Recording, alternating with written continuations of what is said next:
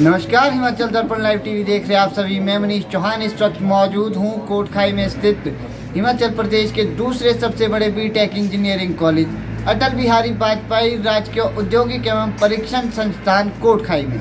आपको बता दूं कि प्रदेश के शिक्षा मंत्री श्री रोहित ठाकुर जी आज इस कॉलेज के निरीक्षण दौरे पर होंगे। वो यहाँ पे बने 1 करोड़ 60 लाख रुपए की लागत से बने कैफेटेरिया का उद्घाटन करेंगे। साथ ही यहाँ के प्रशासन, शिक्षकों और प्रधानाचार्य डायरेक्टर के साथ मीटिंग करेंगे, यहाँ की समस्याओं को सुनेंगे। उससे पहले हमारे बीच मौजूद है यहाँ के कुछ विद्यार्थी, जानेंगे उनसे कि किस तरह की यहाँ की शिक्षा व्यवस्था है और क्या यहाँ उन्हें मुसीबतों का सामना करना पड़ता है। चलिए है इस खास रिपोर्ट में। ITI की शिक्षा प्रणाली बहुत अच्छी है, टीचर अच्छे से पढ़ाते हैं, लेकिन यहाँ पे लड़कियों के लिए ट्रेड्स बहुत कम है, मतलब है ही नहीं यहाँ पे लड़कियों के लिए ट्रेड्स। लड़कियों के लिए यहाँ पे कटिंग, टेलरिंग और फैशन डिज़ाइनिंग होनी चाहिए। यहाँ पे लड़कियाँ मैक्सिमम 2 ट्रेड्स ज्वाइन करती है, ड्राफ्ट्समैन सिविल और इलेक्ट्रिशियन।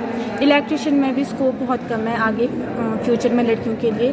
ड्राफ्ट्समैन में लड़कियाँ अपना प्राइवेट ऑफिस खोल ही सकती है और जॉब में भी लगी जाती है। देखिए सर, ऐसा है, यहाँ पे ये ITI है, ITI भवन है। यहाँ पे थोड़ी स्टाफ की दिक्कत है। यहाँ पे हमारे पास स्टाफ पूरा नहीं है, जैसा कि आपको लड़कियों ने भी बोला कि यहाँ स्टाफ की बहुत दिक्कत है। गर्ल्स के लिए कोई ट्रेड नहीं है, उनके लिए भी दिक्कत है। गर्ल्स के लिए एक ट्रेड लाया जाए, स्टाफ लाया जाए यहाँ पे। और मेन दिक्कत यहाँ पे वॉशरूम की है। यहाँ पे हमारे लिए वॉशरूम नहीं है और थोड़ी यहाँ पानी की भी समस्या आ रही है। यहाँ कई बार पानी पीने को नहीं होता। और यहाँ पे हमारे पास स्वीपर की भी दिक्कत है। यहाँ 2 ही स्वीपर है। यहाँ पूरी ट्रेडों में झाड़ू नहीं लग पाता। कई बार हमारे को खुद भी झाड़ू लगाना पड़ता है। तो हमारी ये भी मांग है कि यहाँ स्वीपर की भर्तियाँ भी कराई जाए।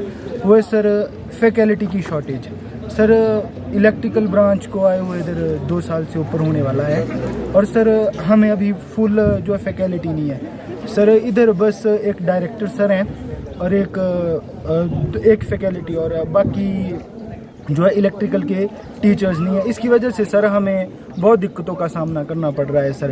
हिमाचल में 3 कॉलेजेस हैं, एक ये अपना प्रगति नगर में VVGIT और एक सर हाइड्रो हो गया और अपना नगरोटा में हो गया सर एक RGC। तो सर RGC और हाइड्रो में तो सर फैकल्टी पूरी है, उधर बल्कि ज़्यादा है सर। और इधर जो है हमें बहुत कम टीचर, एक ही टीचर है सर मेनली और एक डायरेक्टर सर है। किसी भी कॉलेज में सर आप चले जाएं तो डायरेक्टर सर क्लास नहीं लेते पर फैकल्टी की शॉर्टेज होने की वजह से डायरेक्टर सर को भी क्लास लेनी पड़ रही है। पर सर हमारे जो है इस सेम, हमारा 6th सेम है, तो ये कि 7 सब्जेक्ट हैं हमें सर। तो और 7 सब्जेक्ट में से सर हमारी क्लासेस हार्डली 2 या 3 सब्जेक्ट की हो पा रही हैं। जहाँ तक शिक्षा प्रणाली की बात है तो शिक्षक काफ़ी अच्छे हैं और ट्रेन स्टाफ है। बच्चों को काफ़ी अच्छे तरीके से शिक्षा दी जा रही है। लेकिन यहाँ पे जो सबसे बड़ी प्रॉब्लम हम फेस कर रहे हैं, खासकर इलेक्ट्रिकल के जो स्टूडेंट्स हैं, 2019 से यहाँ पे इलेक्ट्रिकल का कोर्स शुरू हो गया है और एक बैच तो हमारा इस ईयर बल्कि पास आउट होके निकल भी चुका है और इंडस्ट्रियल ट्रेनिंग उनकी हो रही है। और यहाँ पर अभी तक इलेक्ट्रिकल की जो फैकल्टी मेंबर है, ऐसे वो एक मतलब वेद सर है, सिर्फ एक मेंबर है जो यहाँ पे अपने इस कोर्स के टीचर के रूप में अपनी यहाँ पे सेवाएं दे रहे हैं। और बाकी जो स्टूडेंट्स का जो कोर्स का कंप्लीशन है वो कभी डेपुटेशन पे टीचर्स आते हैं दूसरे कॉलेजेस से 15-20 दिन के लिए और बाकी जो कोर्सेज बच जाते हैं उसको पॉलिटेक के टीचर्स अभी तक हमारे कंप्लीट करवा रहे थे। हम आभार उनका व्यक्त करना चाहेंगे पॉलिटेक के टीचर्स का कि हम उनके कोर्स के ना होने के बावजूद भी उनने हमारे सब्जेक्ट थे जो वो कंप्लीट करवाए हैं। लेकिन हम प्रशासन से यही मांग करेंगे कि जल्दी से जल्दी आप यहाँ पे इलेक्ट्रिकल की जो हमारी फैकल्टी है उसको पूरा दें, क्योंकि जो हमारे 2 और 7 के सरकारी कॉलेज है हिमाचल में, उनमें जो इलेक्ट्रिकल के फैकल्टी मेंबर्स का नंबर है वो 11 है।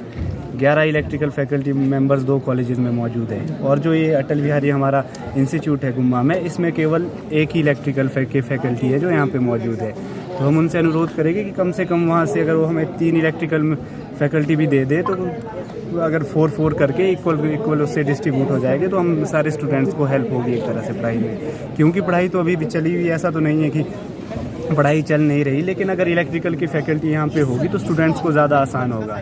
क्योंकि जब डेपुटेशन पे टीचर्स आते हैं, फिर कुछ दिन के लिए आते हैं, फिर वो अपना सिलेबस कंप्लीट करवा पाके फिर स्टूडेंट्स को उतने अच्छे तरीके से उनसे इंटरेक्शंस नहीं हो पाती। तो हम प्रशासन से यही मांग करेंगे कि जो स्टूडेंट्स कम से कम जो हमारे 3 तो हमारे को इलेक्ट्रिकल की फैकल्टी यहीं पे दे ही दे।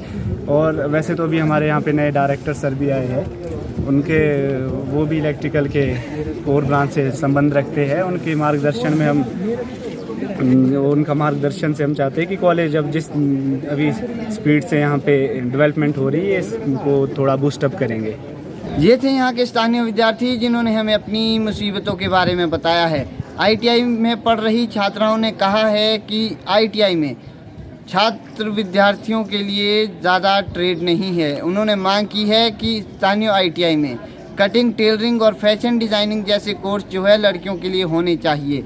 साथ ही BTech के छात्रों ने हमें बताया है कि BTech इलेक्ट्रिकल में स्टाफ की कमी है, जिस वजह से उनकी शिक्षा पर असर पड़ रहा है। उन्होंने साथ ही मांग की है कि BTech में पढ़ रहे विद्यार्थी जो प्रोजेक्ट बनाते हैं उसमें सरकार की ओर से कुछ ना कुछ मदद मिलनी चाहिए, ताकि इस तरह के प्रोजेक्ट जो है आने वाले समय में आम जनता के कार्यों में आए। और इस तरह के प्रोजेक्ट हो सकता है आने वाले समय में बागवानी और अन्य क्षेत्रों में भी राहत दिला सकते हैं। हिमाचल दर्पण लाइव टीवी के लिए मैं मनीष चौहान इस वक्त कोटखाई से।